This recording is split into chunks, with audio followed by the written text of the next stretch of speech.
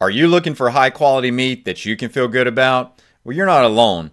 More and more people are turning to services like ButcherBox and Good Ranchers, excited about the promise of premium choices delivered right to their door. But when you use these services, are you really getting what you expect?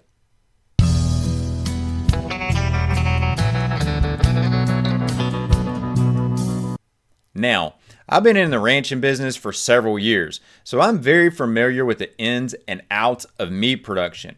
And like many people, I've looked into these services to better understand what they offer. And while there's a lot of excitement around them, I started asking myself, what's really going on behind the scenes? Today, we're going to take a closer look at ButcherBox and Good Ranchers. Now, I'm not here to bash either one of these, but to give a critique based on what I know about the meat industry, the realities behind production systems, and some of the claims that I see on their websites. And by the end of this video, I'm going to also share with you a third option that you may not have considered, which is working with a local ranch and building a relationship with them. As I looked at the best way to bring this information to you, it started to seem like giving pros and cons for both ButcherBox and Good Rancher made the most sense. So these guys are certainly doing some things right, and it wouldn't be an honest critique if we didn't acknowledge that. So let me start off with ButcherBox, and these guys have definitely made a name for themselves out there. I recently did a speaking event, and this was one of the services that I was routinely asked about by some of the guests to that event. And so, like I said, these guys have made a name for themselves, and they certainly do offer some positive features. So first off, they have a great variety of options. So whether you're looking for beef, chicken, turkey, pork, seafood, you're going to be able to find all of that literally at just the click of a button there. So the convenience factor, well, it's undeniable here. And the other thing that they do that I definitely would say is an attribute is that they offer free shipping. And free shipping, whether you're on the consumer side or whether you're on the vendor side, just makes sense. It takes so much ambiguity out of the conversation, and it doesn't leave you with, you've paid a price for the meat, for the product that you ordered, and now you're going to have to pay another amount on top of that for shipping. And so what you see as the initial starting price may not end up as the actual price at checkout. And so free shipping eliminates a lot of that. So that's always nice to see. And ButcherBox isn't the only one doing that. Most are doing that now. But again, it's a nice feature. And in addition, one of the things that they also do is use reusable packaging, eco-friendly materials. And whether or not you are really into that one way or the other, it just fits the model for what companies like ButcherBox and Good Ranchers are trying to do. So it just makes sense that we would see that in there as well. So on the surface, it looks pretty good. But here's where this conversation starts to get interesting.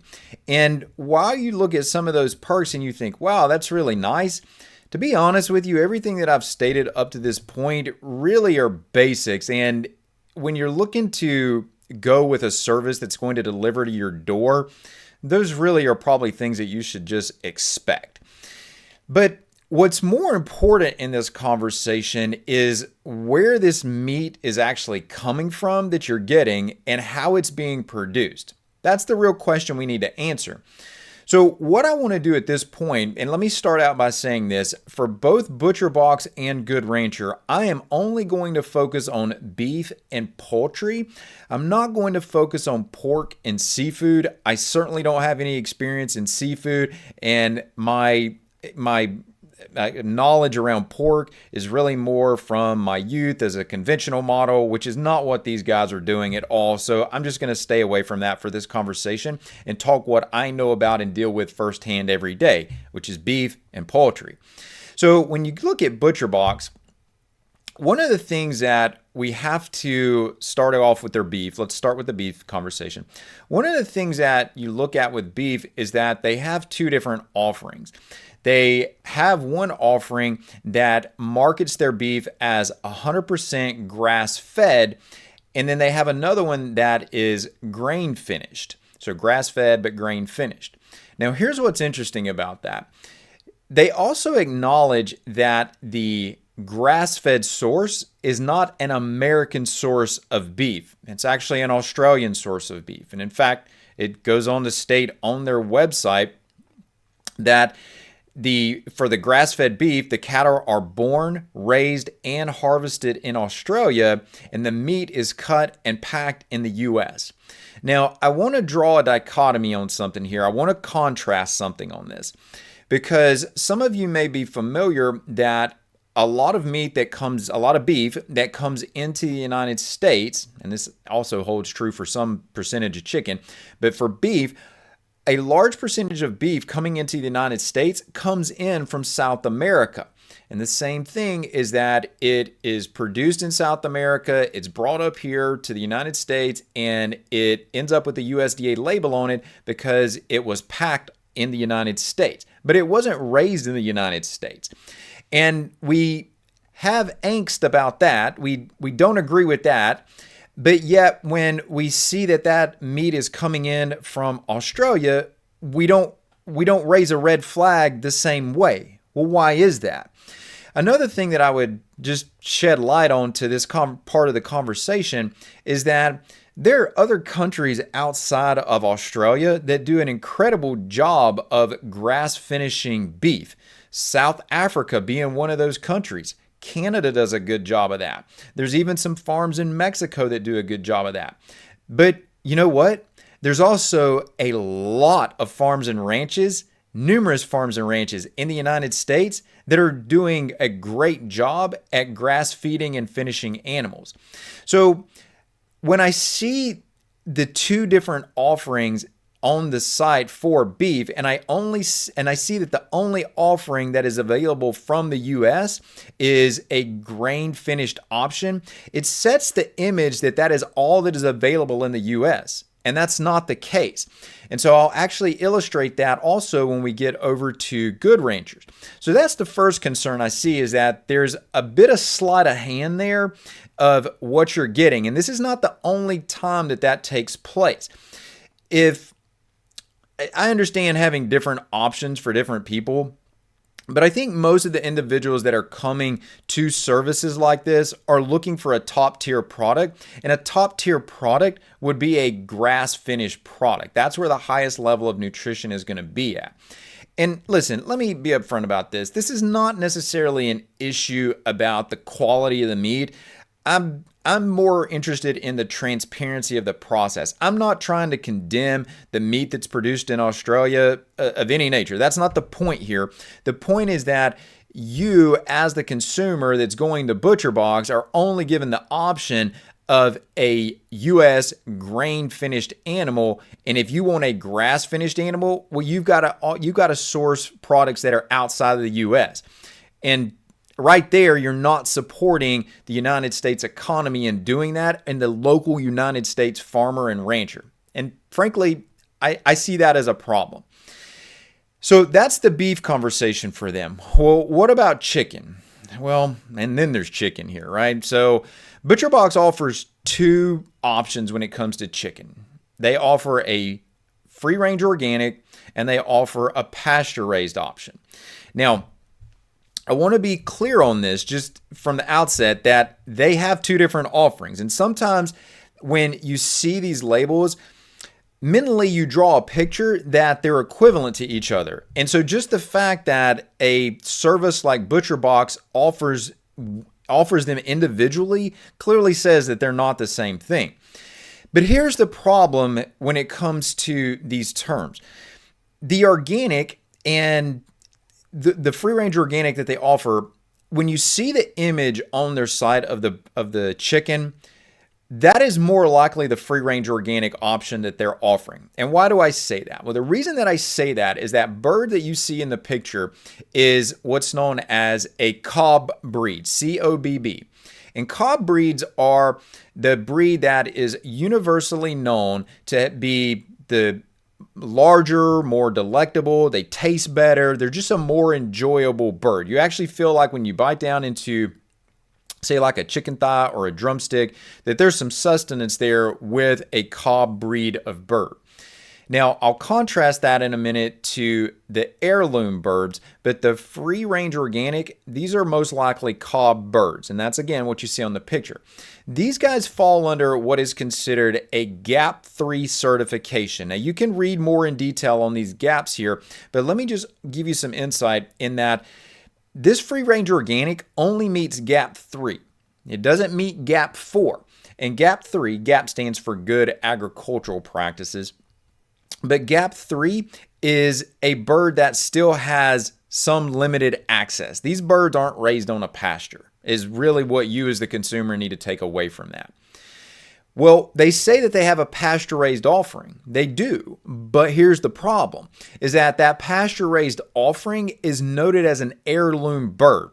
And there's going to be back and forth on this, and this is, people are going to have opinions both ways on this, but the heirloom bird is just not it's not as enjoyable of an eating experience as what you find with the cob breed. And this is quite frankly the reason that the cob breed is raised at a massive majority compared to heirloom birds, is it's just a better eating experience. But you can't get that better eating experience in a pasture-raised bird from ButcherBox. Okay, so just note that. These pasture-raised birds, these are GAP 4, so this is what would be your preference on this. But I would also note that when you look at the details behind this, is that one of the things that's noted on GAP 4 is 50% vegetation on the land that they're running across. Granted, this may be used as a way to rehabilitate the land, but understand when you don't have lush pasture to move these animals on, when they're not part of an integrated system with other species, all of those things ultimately are going to impact the nutrition. The more lush the pasture is, the more integrated species you have to continue to drive the entire ecosystem. All of those things translate upstream into the nutrition in the final product. And so if you don't see these, then you have to acknowledge that there's going to be some impact, most likely not on the protein in the product, but more likely on the micronutrients, your vitamins, your minerals, and what are known as secondary metabolites, which are health promoting compounds as well. But not to distract from where we're going today. So that's the chicken, but there's one other aspect of poultry that we need to know about when it comes to ButcherBox. And remember, these guys also offer turkey. Now, their turkey is not free-range organic, it's not pasture-raised, it's naturally raised. And their acknowledgement on their website is that that turkey meets GAP 2 standards. And interestingly enough, this is sourced from one single location in Pennsylvania. Again, this is all on the website. But that GAP 2 certification means that these animals are raised indoors. And while that may be better than factory farming, I will definitely say that that is better than factory farming at a GAP 2, it's still not ideal. It still leaves a lot to be desired for someone who is seeking the highest quality, the most nutritionally dense meat products that they can find. You're not getting that here. You'll get the protein, but all of those other, again, micronutrients, the vitamins, the minerals, those are not going to be exactly the same. And especially those secondary compounds, those are not going to be the same. And they shouldn't expect it to be the same for an animal that is not raised on pasture. Again, the turkey, it's naturally raised. Next up is Good Ranchers. They focus on American farms, which is really something that I have to give them respect for. Again, coming from that example I just gave you with ButcherBox, where they don't across the board do that, it really is nice to see that Good Ranchers is making that effort and being consistent about that. The owner, Benjamin Spell, has been very consistent on that fact and has spoken publicly about that. And I would also say, just in light of the entire American concept there, one of the things that Good Rancher does outside of the food production that I also do want to acknowledge as a positive here is that they do support Paralyzed Veterans of America. So they are very much an American-minded company. All of their meat is sourced from independent farms in the United States, and that's such a huge plus in today's world when so much meat is being produced abroad that frankly, it's just unnecessary for us to be doing that when we have so many farms and ranches in the United States that are producing at a minimum an equally comparable product, if not a better product than what's getting outsourced. The website for Good Ranchers is simple to navigate. You can get on there, move around pretty quick. The ordering process, it's straightforward. You'll find that they make it easy to understand what you're getting. It does a nice job of spelling out exactly what cuts are in the product. When something is grass finished, and I'll speak more to this in a minute, they actually say it's grass finished and delineate that. And again, their fact that they're supporting American farms, that's very clear. However, as someone who's been in this industry for a while, I have to point out a couple of red flags that I see. While Good Ranchers does give a good, solid initial presentation, when you start to dig a little deeper, look a little closer, there's a lot of details that are just not stated, just things that you would want to know that you can't find answers to. So let me give you some examples on this. On their website, they say that their beef is pasture raised. Frankly, I always scratch my head when I see this as someone who raises cattle. Cattle spend the majority of their life on pasture, whether they're grass finished or grain finished. So really saying pasture raised, that's kind of like they're cows. Of course they're pasture raised, right? Unless you're doing something outside of the norm, you've got a pasture raised animal. So that's really not what we need to see when it comes to information about cattle. There's not a lot of clarity up front, and I'm using that term specifically. There's not a lot of clarity up front about how that animal is finished. Is it grass finished? Is it grain finished? These are things that we need to know. And the other thing that we don't see here is that there's no mention of where exactly these farms are located at. Just when you don't see that, it can be difficult to really trust what's behind these labels. I would expect to see some acknowledgement of where this is being sourced in from within the United States. Good Ranchers is located in Friendswood, Texas, which is just outside of Houston. I used to live near this area. I used to spend a good bit of time in Friendswood, Texas. There aren't many ranches around Friendswood, Texas anymore, and they're becoming fewer and fewer, and the ones that aren't there aren't of any significant size. They're certainly not supplying the volume that we're talking about when it comes to Good Ranchers.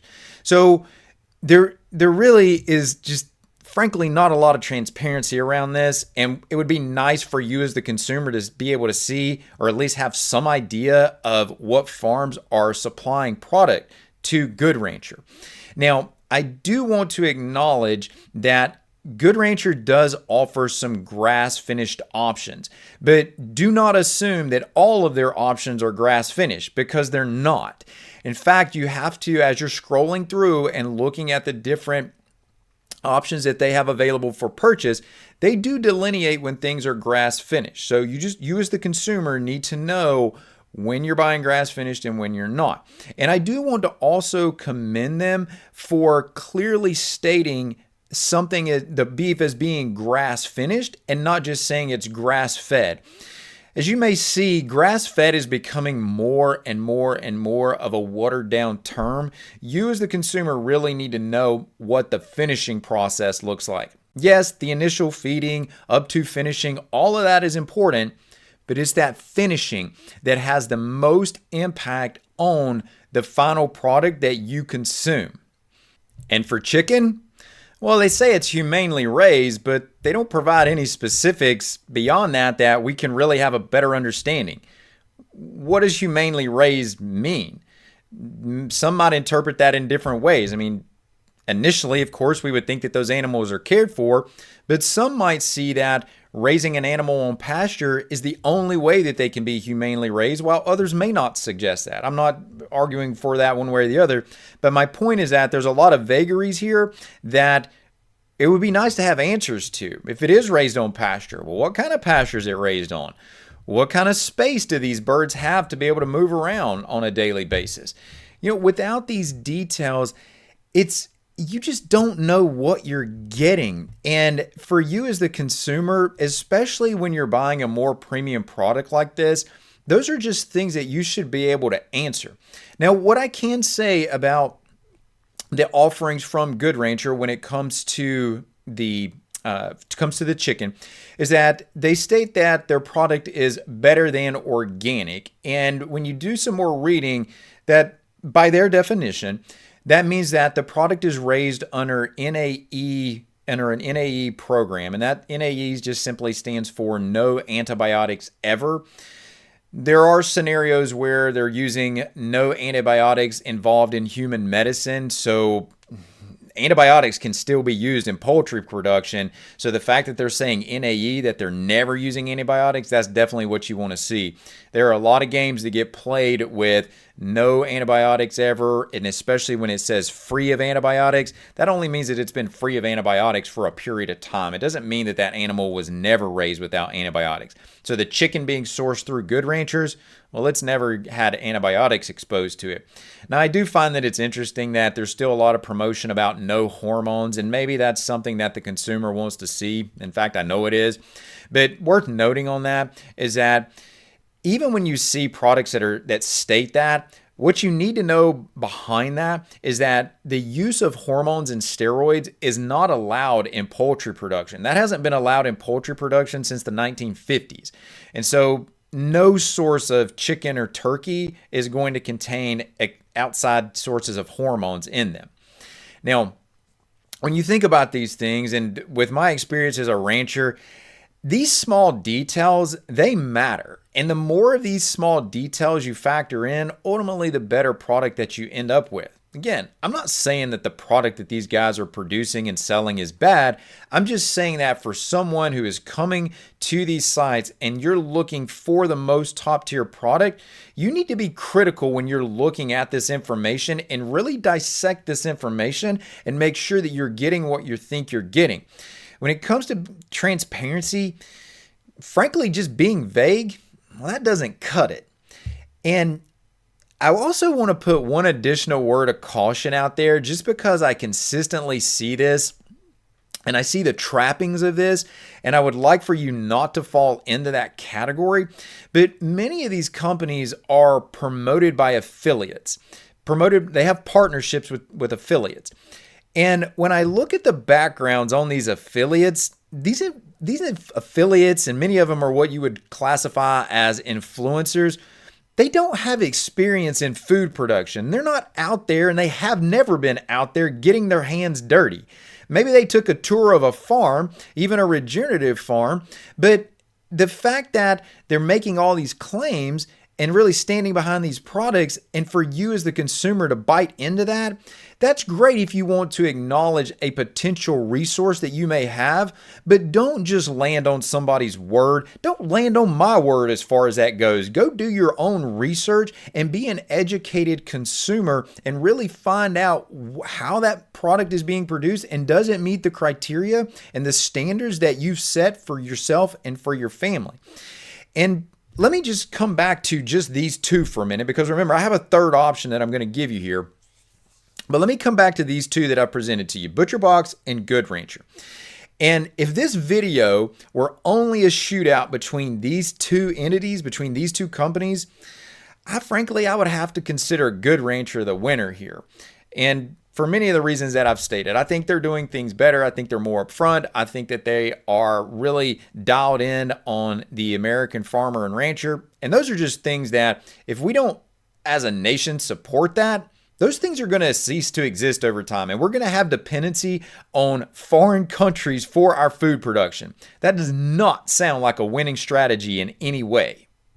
Now, you might be wondering, if these big services aren't checking all the boxes that you want to see and you're interested in an alternative, where do you go? Well, there is a third option, and it's one that I personally believe in, and that's buying from local ranches and farms. When you purchase from a local ranch, you get to have a direct connection with the people that are producing your food. You get to be able to ask them questions. You can go out and see the farm or ranch firsthand. You can see how the animals are raised. You can see what practices they have. You can really get a firsthand exposure to how the animals react to the presence of the people that are caring for them on a daily basis. So if animal husbandry and animal welfare if those things are important, and they should be, you can see that firsthand. It is blatantly transparent. And this is why transparency is so crucial. For example, at my ranch, we raise grass-fed and finished beef. We do pastured chicken and turkey, and we do pastured free-range duck and chicken eggs. And we don't hide our operations. In fact, I create videos to show exactly how our operations are ran every single day. And it's not this ideology on our homepage of creating this false sense of reality about the meat production process. You get to, as the consumer, to see exactly how that plays out. And that's what you want to be able to do when you're working with a local farm or ranch. So when you buy locally, you know exactly where your meat's coming from. There's no mystery behind that. There's no uncertainty. You're just ultimately ending up with a high quality, responsibly raised animal.